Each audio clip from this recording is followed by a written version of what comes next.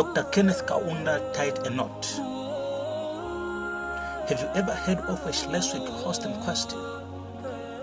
I, in 2017, recorded details of this 17th century story in my second book, which you will probably read when God wills. But what I can tell you for now is that it is a question that was understood only by 3 people. And among these 3, one of them died, the other ran mad, and the third one had completely forgotten everything about it. I liken the Schleswig-Holstein question to the 1964 Barosland Agreement, which equally originates from the 17th century. According to the rich history of this beautiful country, which includes the 1964 Barosland Agreement, the Litunga, king of Barosland, was post-independence supposed to continue enjoying authority over his estate. The Barosland kingdom, which covered the southern, western, northwestern, the Copper Belt, parts of Central and Lusaka provinces. Way before the 1964 Zambian independence, the Litunga sought protection from Queen Victoria, and in exchange, King Lewanika gave the British South African Company permission to explore minerals in his territory, thereby making the Barosland a British protectorate.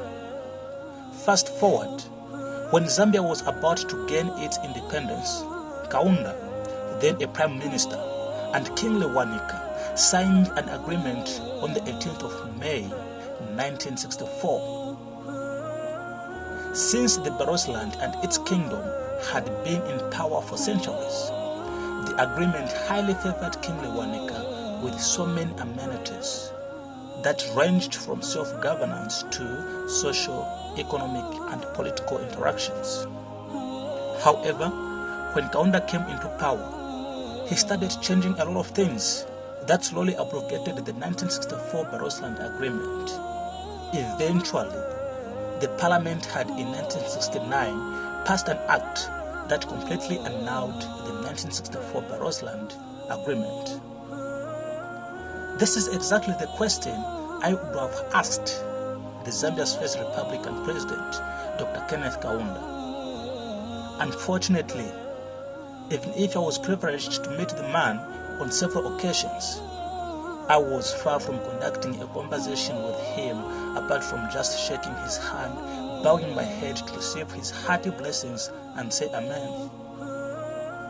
Kaunda had his own reasons to do whatever he did, but I beyond reasonable doubt think all he wanted was to unify a Zambia he was going to well govern.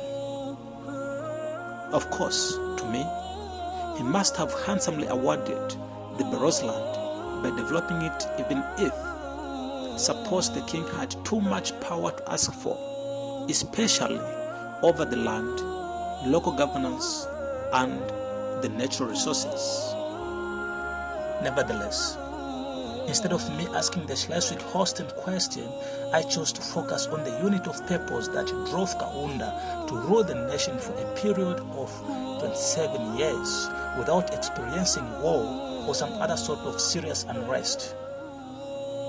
Clearly, Kaunda tied a knot of love and peace for Zambia that no single Zambian should ever try to untie. I'm going to repeat that. Clearly, Kaunda tied a knot of love and peace for Zambia that no single Zambian should ever try to untie. And his dying in the year of the general elections really cannot be overemphasized.